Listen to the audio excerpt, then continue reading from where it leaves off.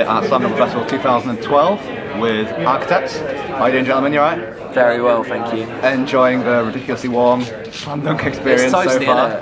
It's pretty balmy toasty in here, isn't it? Yeah, it's alright. Can't complain though. Not at all. Just a few days away now from the release of the album. Seminal. Say seminal album? Yeah, well I've heard it, I would say so. Seminal.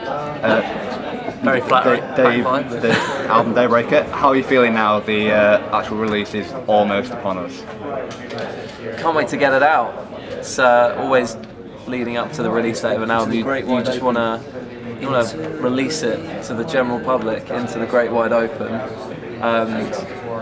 No, just can't wait to hear what people make of it. Yeah. A few people have already acquired it by legal means.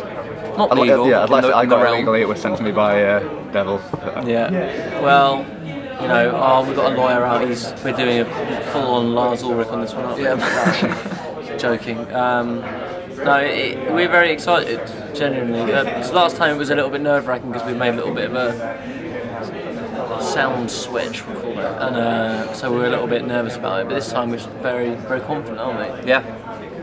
You are confident? Yeah. No, I'm 100%. I'm behind it. Yeah. No, me too. Yeah, it's great. Why do you ask?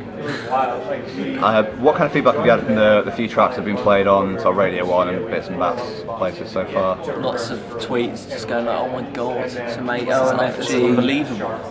Sam sounds amazing on that, he's so cute, lovely blonde hair.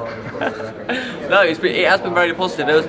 When it first leaked, there was a few people going, it's not what I wanted, it's disappointing, it's not covers of Hollow Crown. But then they've gone now, and it's turned. Which gave us a bit of a scare. We're like, is everyone going to hate it? Yeah. Which we didn't foresee at all. We felt pretty confident that everyone would like this one. But no, it's been. Everyone's pretty mostly very good. Everyone's just been buzzing off it. Yeah, that was going to be that especially. It does really feel like there's a massive buzz around this record. Is that just make you guys more stoked to get it out there? Yeah, absolutely. It does feel like there's a sort of bit of hype about the record. I saw someone on the internet saying we've overhyped it. Harsh. Typical. What are you supposed to do? Go play it down. Album's not that good. Don't trouble yourself with it. We never really brag about our records or say we're an amazing band or anything like that. We know we're confident in what we do, but we're never big-headed about our band. And we're not the kind of people to go out and say our new album is the best album you will ever hear. It will change your life. Blah blah blah. Because that's just I hate it when I see bands do that. So I'm more just interested in seeing what other people say and I think this album will be well received. Maybe we'll get a bit more popular, so 50 more people come a night. Yeah, that'd be great. Small steps. I mean, listening to it, it just feels like it just has a great scale to it. It's kind of an epic feel to it. Is that something you set out to do when you started recording? Yeah, there was a massive movie soundtrack influence to the record. We were definitely Tom, who did all the strings and stuff for the records, I wrote the whole record, listening to a lot of Hans Zimmer soundtracks and Clint Mansell and people like that, and that definitely played a big part into the whole vibe of the record. But I mean, the whole subject matter around the album is kind of calls for a grander sounding album, so it kind of matches perfectly. I mean, obviously very few people have actually heard the whole album. What is the subject matter? Well, I mean, it's fairly broad in a way. It's about the whole world and our global society and the problems that we face, the problems in our societies and the problems in the problems that we perceive in religion and things like that. So, I mean, it does cover quite a lot of stuff, but because we're talking about big things that affect everyone in the world, and on the last few records it's been more personal stuff for Sam. Yeah. So this one's just a lot angrier, and it called for music, the music that we've written. Heavy, big songs. Yeah. I'll start again. You kind of touched on what the next one will be. It does seem to have a really massive amount of emotion and energy to it. How hard is it to actually just generate that in the studio when it's just you guys there? There's no crowd to feed off of. Yeah, I mean, I think some of that credit has to go down to Ben and John at Outhouse, who we work really well with and always do a good job whenever we go there. So going back to them really helped us on this record, I think. But I think that the energy and power is just inherent in the music that Tom writes, and that's a massive part of what our band is. Yeah. And that's what we aim to achieve. So, I mean, obviously we work very hard to get that across as much as we can on the record. Yeah. That's cool. I mean, what was the writing and recording process like? Was it a long process, or was it all done and dusted fairly quickly? Started writing pretty much as soon as we got back from recording the last record, The Here and Now. That's always been the way we've done it. It's always been quite a long-term thing. Tom's usually pretty eager to crack on as soon as the last record's done. The first couple of songs we wrote, we didn't end up completely materialising onto the actual record, did they? Because we were still a little bit of a here and now hangover, didn't really know where we wanted to go with it. Yeah. And like the last track on the new record, Unbeliever, originally started as a super almost like indie-esque Coldplay sounding song that was like super stripped down and basic, just band, and we decided that it didn't match the album, but we liked the basis of the song, so we just built it up with vocal and choir, string arrangements and piano arrangements, and made it into a completely different kind of song, but it suited the sort of grand sort of atmosphere of the record. Do you have any particular favourite songs off the record that you're really proud of? I think my favourite is probably These Colours Don't Run. Yeah.